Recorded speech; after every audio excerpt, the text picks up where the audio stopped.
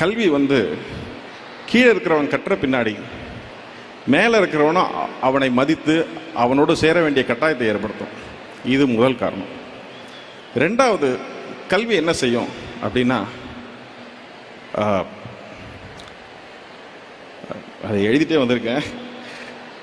விவேக சிந்தாமணி அப்படிங்கிற ஒரு புத்தகத்தில் ஒரு பாடல் இருக்கு. வெள்ளத்தால் போகாது, வெந்தனலால் வேகாது, மண்ணலாலும் கொள்ளலாகாது, மன்னராலும் எடுத்துக்க முடியாது, கொடுத்தாலும் நிறைவொழிய குறையாது. அது என்னன்னா, நம்ம எதுக்கு படிக்கிறோம்? படித்து நல்ல வேலைக்கு போய் சம்பாதிச்சு குடும்பத்தை காப்பாற்றி அப்பா அம்மாவை காப்பாற்றி குழந்தைங்களை காப்பாற்றுறதுக்காக போகிறோம்.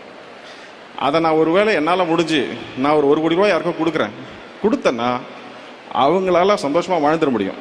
ஆனால் என்கிட்ட அந்த 1 கோடி ரூபாய் இருக்காது, ஏன்னா நான் அதை கொடுத்துட்டேன். ஆனால் கல்வி இருக்கு இல்லையா, அதை வைத்து நாம் கற்று நாம் பணம் ஈட்டும்போது அந்த கல்வி என்னையும் அறிவாளியாகவே வைத்திருக்கும், அதை வாங்குபவரையும் அறிவாளியாக வைத்திருக்கும். என்னிடம் இருக்கும் கல்வி அவருக்கும் போய் சேரும், அவரை எனக்கு சமமாக மாற்றும் அல்லது என்னை அவருக்கு சமமாக ஏற்றும். இதனால தான் கல்வியை கற்கக்கூடாதுன்னு பழங்காலத்திலிருந்து இன்னைக்கு வரைக்கும் தடுத்துக்கிட்டே இருக்காங்க. ஆச்சி அதிரசமா விடுங்க, கையில தட்டி சூடான எண்ணெயில பொரிச்சா அதிரசம் ரெடி.